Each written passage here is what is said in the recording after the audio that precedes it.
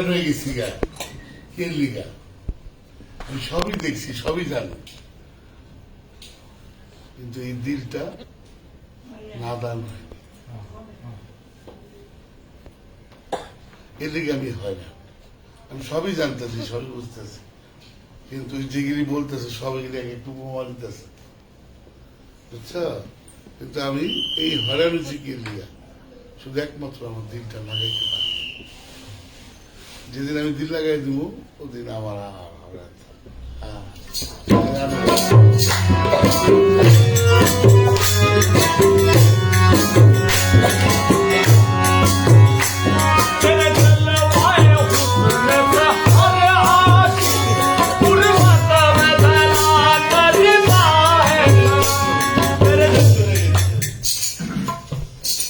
তোর মহব্বত করতে গিয়া তোর কাছে পাইতে গিয়া শুনে চলে গেছে তারপর তাহলে আমি প্রেমিক ওই যে চলছুই প্রেমিক আমি ইমতেহান দিতে হয় সত্যি মিথ্যা কোন ইমতেহান নেই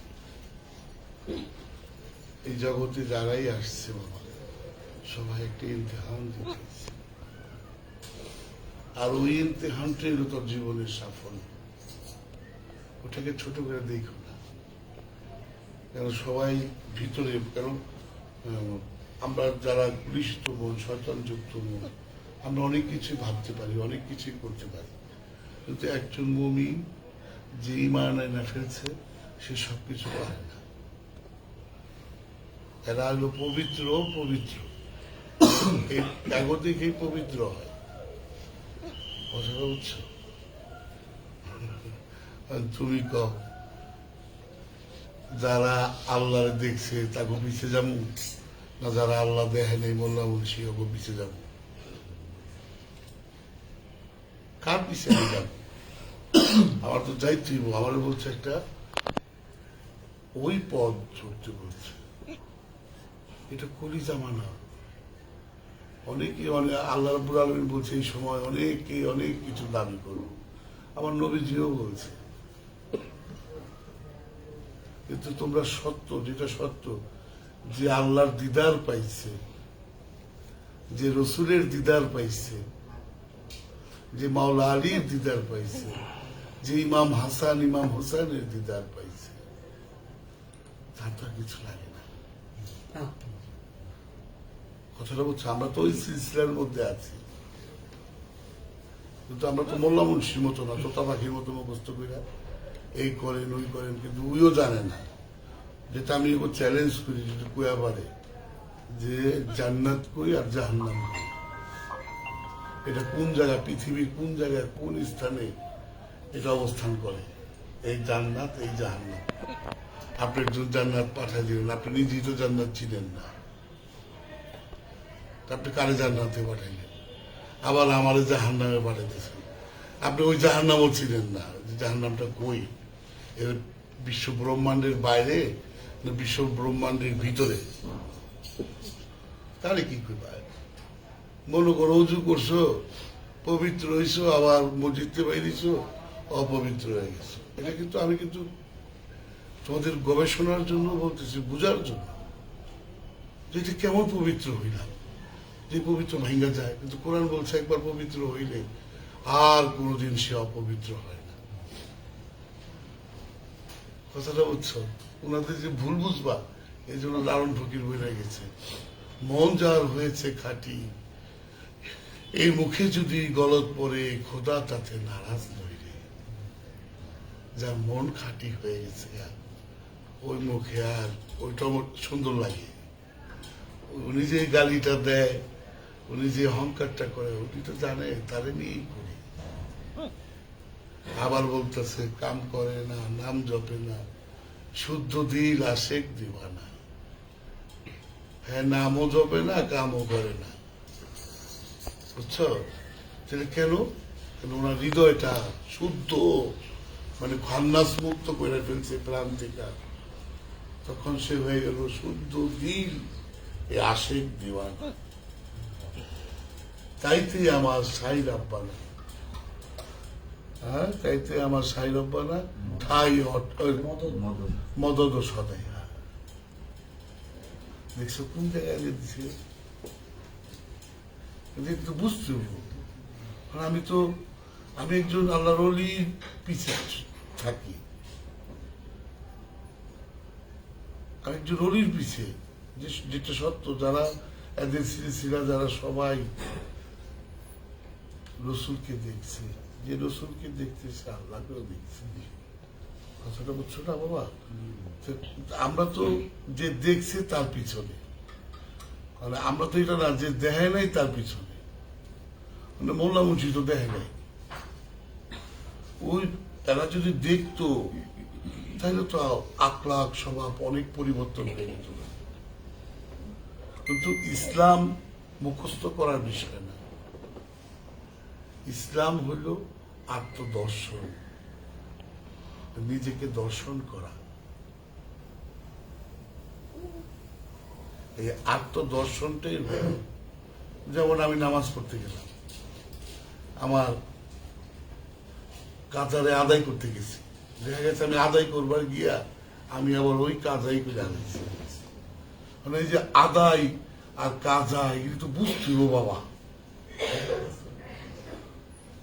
আমি কাজার মধ্যে আছি, যে পর্যন্ত আমি সেই রসুলের রূপ না দেখব সেই পর্যন্ত আমি কাজা, যে পর্যন্ত আমি রসুলের ডাক না শুনবো সে পর্যন্ত আমার সবকিছুই কাজা। আমি গেছি কাজারে আদায় করার জন্য, কিন্তু দেখি আদায় করবার গিয়ে আমি কাজার মধ্যে পড়েছি, কেন আমি নামাজ পড়তেছি, আমি তার রূপ দেখি নাই।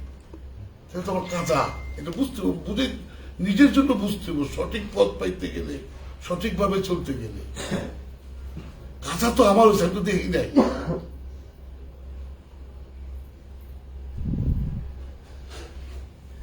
আমি কাজাও বুঝি নেই, আদাও বুঝি না, আমি বুঝি এটা সিস্টেম। এই ফজর আজান দিব, জামা মসজিদে গেলাম, এটাই মনে হয় জোহর আজান দিব, এগিয়ে আমি যে গেলাম আমার কি আদায় হইল?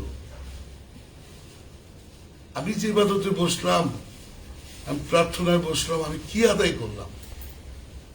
কিন্তু আমার ওইভাবে আদায় করতে হবে যদি আমি তার রূপ দেখতে পারি, কেন ওই রূপ না দেখা পর্যন্ত আদায় হবে না। ওই ডাক, তার ডাক না শোনা পর্যন্ত, আমার ডাকের জবাব যে পর্যন্ত না পাবো, ওই ডাক শোনার জন্য ওইভাবে ডাক। এটা কাজার মধ্যে পড়ে গেলাম না, কাজা তো আর আদায় হইল না। আদা তো তখনই হইব যখন আমি তার রূপ দেখব, আমার ডাকের জবাব পাবো, তখন আমি পাবো। কিন্তু এটা কইবার যায় কি, আসলে কি যেই হোক, বিষয়টা এরকম, এই যে পর্যন্ত রূপ না দেখুন সে পর্যন্ত আমার আদা হবে না। আমি কাজা আছি, কাজার মধ্যে ছিলাম, কাজায় আছি। এই আদায় করতে গেলে এটা আদায় করতে হয় মুর্শিদ ধইরা, বুঝছেন? এই কাজারে যদি আদায় করতে যান, এই পথটাই হলো মুর্শিদের পথ। এইভাবে কিন্তু রসুল পাক রাইখা যায় নাই, কথা কিন্তু বুঝতে হইব। সেটা এর জন্য ফালায় যায় না, কেন এই আদায় করতে গেলে মুর্শিদ লাগবো, বায়াত লাগবো, গুরুর কথা মতো চলতে হবে মুর্শিদের, তাইলে তুমি পাইতে পারো।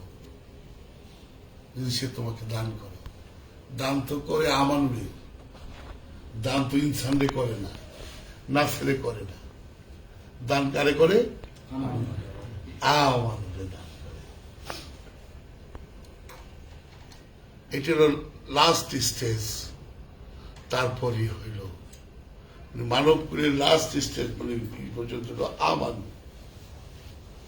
কথাটা বলছো, দান তাই করে, মমিনে দান করে না। মমিন দান হয়ে দান ঘরাত নিয়ে, আর এগো দান ঘরাত নিয়ে মমিন হয়ে গেছে, ইমান আই না মমিন হয়ে গেছে। কথাটা বলছো, এই টেস্টি নিতেই হতো। এই উঁচু করলা ভেঙে গেল গা, কেমন পবিত্র হইলা তুমি? একটু চিন্তা করো, আমি কেমন পবিত্র হইলাম? কোরআন বলতেছে যে অজু একবার করে জীবনে, জীবনে একবার অজু। এই যে একবার অজু বলতে কি বুঝাইতে জানো, যে পর্যন্ত তোমার নফস মানে এই প্রাণের থেকে খান্নাসকে না তাড়াইতে পারবা, এটি তাড়াই দিতে পারলে এটি হাকিকি অজু। এই অজু কখনো না পাকার হয় না। কিন্তু আমরা যে শরিয়া, এই যে শরিয়া মোল্লার যে শরিয়া ভাবে নামাজ পড়ায়, যে অজু করে আমগো, এই অজুতে আমরা তো পবিত্র হইনি। আর এই অজুতে যদি পবিত্র হয়ে যেতাম তাহলে আমরা তো শয়তান মুক্ত হয়ে যেতাম না, ঠান্ডার থেকে আমরা মুক্ত পেয়ে যেতাম।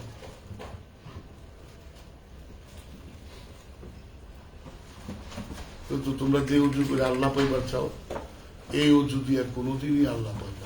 মানে ভুল বুঝতে পারো, কারণ আমি গবেষণার থেকে বলছি কথাটা। হচ্ছে এই অজু দিয়া তুমি যে অজু কইরা 5 বার অজু কইরা যে আল্লাহরে ডাকবার যাই আমরা কোনোদিনই আল্লাহর সাক্ষাৎ পাবো না। কারণ ওনার সাক্ষাৎ পাইতে হইলে এই নফসের সাথে, যে নফস মানে প্রাণ, এই প্রাণের সাথে যে খান্ডাসরূপী শয়তানকে জড়িয়ে আছে, তাকে তাড়াই দিতে পারলেই তোমার অজু হয়ে গেল, তুমি পবিত্র হইলা। আর শরিয়া অজু যেমন এই হাত পা ধুইল যেইটা, হাত পা না ধুইল সেইটা, এটা মনের একটা, মনের মধ্যে ঢুকাই দিছে যে এই মানে একটা ডিক্স, এই কি কয়, একটা সাক্ষী ঢুকাই দিছে, ঢুকাই দিয়া যে এই কাজগুলি করবো। টেস্ট নাই তো, স্বাদ নাই তো বাবা। আজকে 20 বছর ধরে নামাজ পড়ি, কিন্তু ইমান আনতে পারি। ও দুই জানে না, ও নিজের মধ্যে এক বড় প্রশ্ন জাগে নিয়ে যে আমরা কেমন পবিত্র হইলাম। আল্লাহ কি আমাদের এরকম ভাবে পবিত্র হইতে বলছে? ও যে হলো পবিত্র, যে পবিত্র হয়ে যায় সে তোর অপবিত্র হয় কেমনে বাবা? এর সিস্টেম তো নাই। তাহলে আমরা কেমন উজু করলাম, কেমন পবিত্র হইলাম? আর যারা আল্লাহর দর্শন পাইছে, যারা আল্লাহর দিদার পাইছে, তারা বলতেছে তুমি তোমার নফস, তোমার এই প্রাণ থেকে তাকে তাড়াইয়া দাও, তাইলেই তোমার উজু হয়ে গেল। তুমি ইবাদত, আল্লাহর ইবাদত করার মতো তুমি যোগ্যতা অর্জন করছো, তারপর তুমি দাঁড়াইবা। দাঁড়ায় তুমি যখনই চাইবা, তোমাকে আল্লাহ রাব্বুল আলামিন দিতে বাধ্য। কেন বলছে আমাকে একা ডাক দাও? এই খান্নাস মুক্ত হওয়া মানে একা, কথাটা বুঝছো?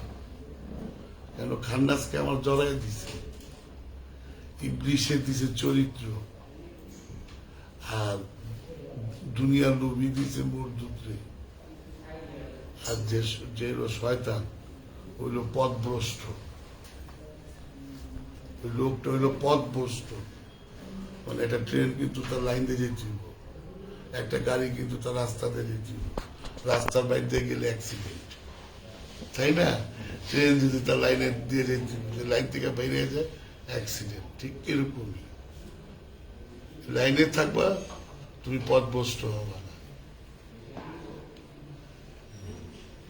যখনই লাইন পথভ্রষ্ট হয় কারা জানো? যে মানুষটা নিজের ইচ্ছা মতো চলতে চায়, নিজের খেয়াল খুশি মতো চলবে, কথাটা বুঝছো? এরাই নিজেরাই লাইনচ্যুত হয়ে যায়। কেন? যে এদের ভিতরে লাইনচ্যুত, এরা ওই দেখবা মানুষ, ম্যাক্সিমাম মানুষ দেখবা যে তারা নিজের ইচ্ছা মতো চলতে চায়, নিজের ইচ্ছা। কেন আমার মধ্যে নেতা আছে, কর্তা আছে, অধিপতি আছে, সর্দার আছে, এগুলি স্বভাব না। এই স্বভাবগুলি তো মাঝে মাঝে আমার কাছে কাজ করে। আমার নেতা এবার মন চায়, আমার এগুলি কর্তানি করতে মন চায়, অধিপতি আমার চাইবে, আমি সর্দার।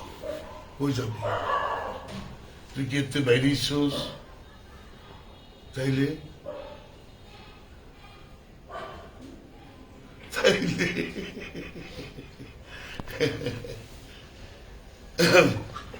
এর জন্য আমরা ইমান আনতে পারি না।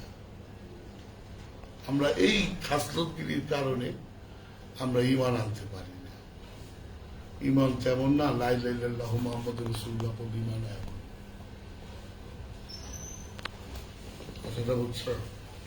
আগে ছোটবেলা ভাবতাম যে কালেমা বললে মনে হয় মুসলমান হয়ে যাবে। তা আমাদের দোকানে এক ডাক্তার ছিল, ডাক্তার মন্টু সরকার। হ্যাঁ, অনেক ডিগ্রিদারি ছিল, মনে আছে তো? এই মন্টু চাচারে আমি কলেমা পড়াতাম, আর আমার জিজ্ঞেস তুই কে লেখো, আমার ছোট আমি কে লেখো না ওরা, আমি এটা পড়লে বলে মানুষ বলে মুসলমান হয়ে যায়। আমি তো পড়লাম, আমি তো মুসলমান হইলাম। তখন থেকে আমার ভিতরে এই জিনিসটা একটা নাড়া দিল, একটা কলেমা পড়া মুসলমান, আর একটা অর্জন কইরা মুসলমান। একজন ইমান হইনা মুসলমান হয়েছে, আর একজন ইমানের কথা হইনা মুসলমান হয়েছে। কিন্তু ইমান আনে নাই, কিন্তু নাম রাখছে ইমান আলী। আর সমস্যা কি?